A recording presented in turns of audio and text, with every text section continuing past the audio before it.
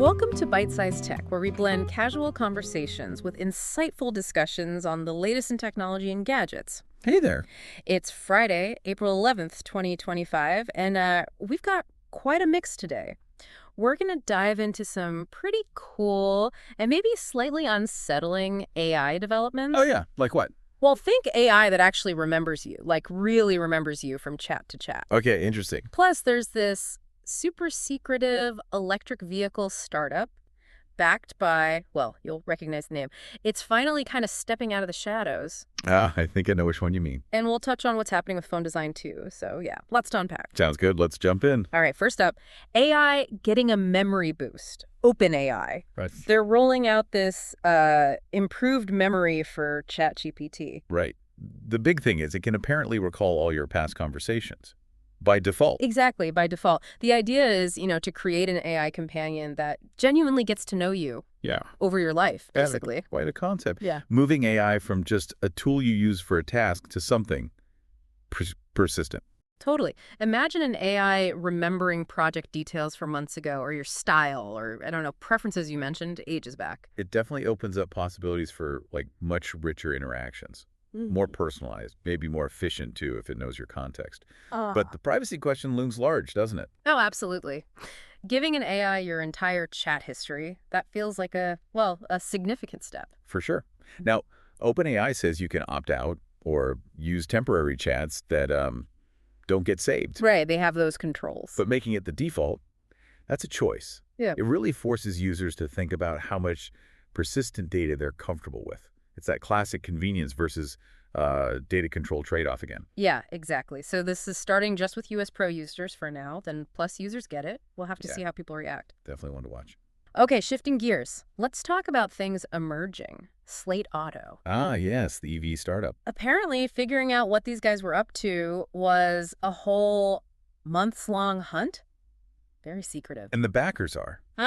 Pretty notable. Right. Jeff Bezos, Mark Walter, LA Dodgers, Guggenheim Partners, and Thomas Tull from Rebuild Manufacturing. That's serious capital. Absolutely. You don't see that kind of lineup behind just any venture. Bezos, obviously, disruption expert. Yeah. Tull, deep in manufacturing.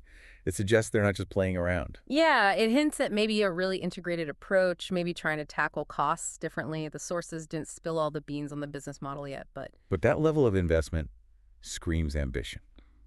Big ambition. And we finally got confirmation.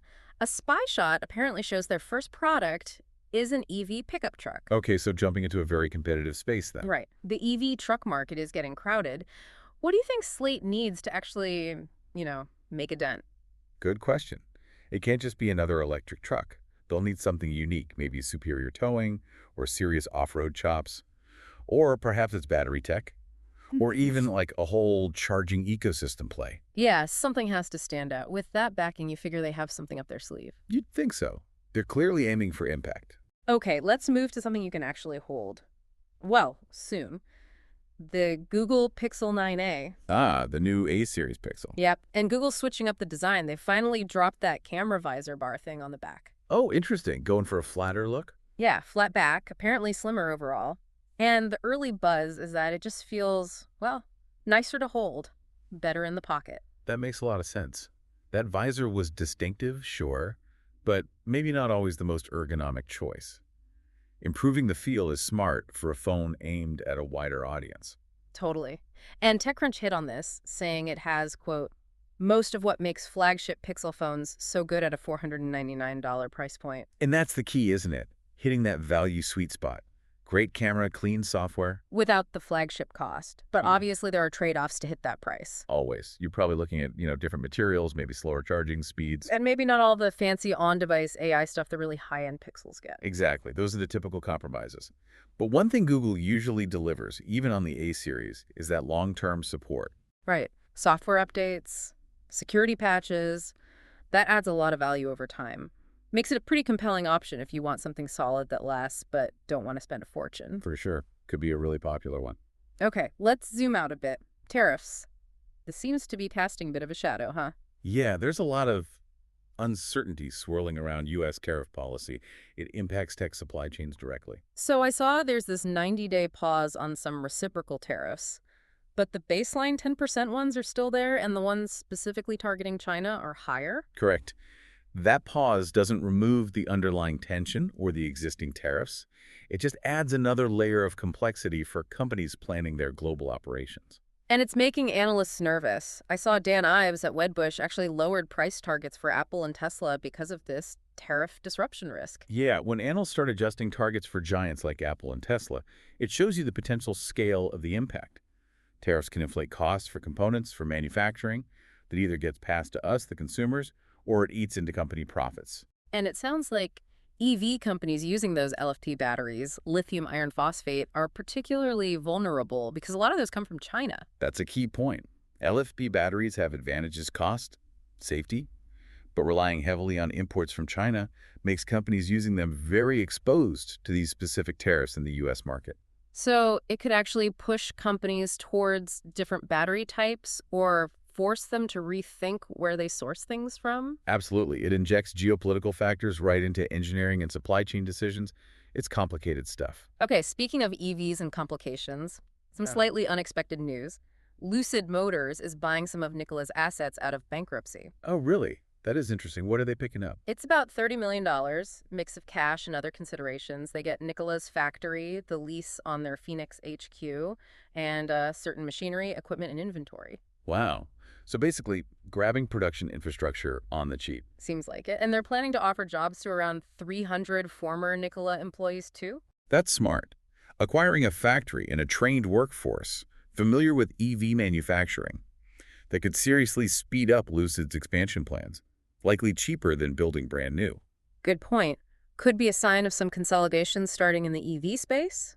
Companies looking for efficiencies? Could very well be. It's a tough, competitive market. Strategic acquisitions like this make sense. All right, let's check in on funding. Neuro, the autonomous delivery robot company. Yeah, the little R2-D2 looking things. Kinda. They just raised another $106 million, Series E round. Okay, more cash, but But it was a down round. Their valuation dropped from like $8.6 billion back in 2021 down to $6 billion now. oof, that's a significant drop. A down round basically means investors think the company's worth less now than they did before. Right. So what does that usually signal? Market cooling off? Company issues? It could be a mix of things. Maybe the path to profitability is taking longer than hoped, maybe competition's tougher, or maybe just the overall investment climate for autonomous tech has shifted. I saw one report suggesting Neuro might be pivoting a bit, maybe focusing more on licensing its self-driving tech to others rather than just running its own robot fleet. Ah, that could explain it.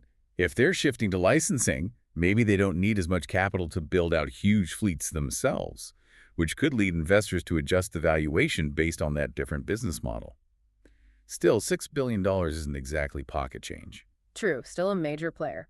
Okay, one last thing, and this one's a bit mysterious. Ooh, intrigue. Yeah, apparently a cloaked model called Quasar Alpha just showed up on OpenRouter. Quasar Alpha. Never heard of it. What's the deal? Get this. It has a massive 1 million token context window. 1 million. Wow. That's huge. Like way bigger than most current models, right? That means it can handle incredibly long conversations or documents. Exactly. And apparently it's free during its alpha test phase. It's super fast, like 4x faster than Claude 3.7 Sonnet, and really good at coding. Okay. Massive context, speed, coding skills, appearing somewhat stealthily. The speculation is buzzing that it's almost certainly an OpenAI model being tested out. Makes sense. That profile fits the kind of cutting-edge stuff coming out of labs like OpenAI.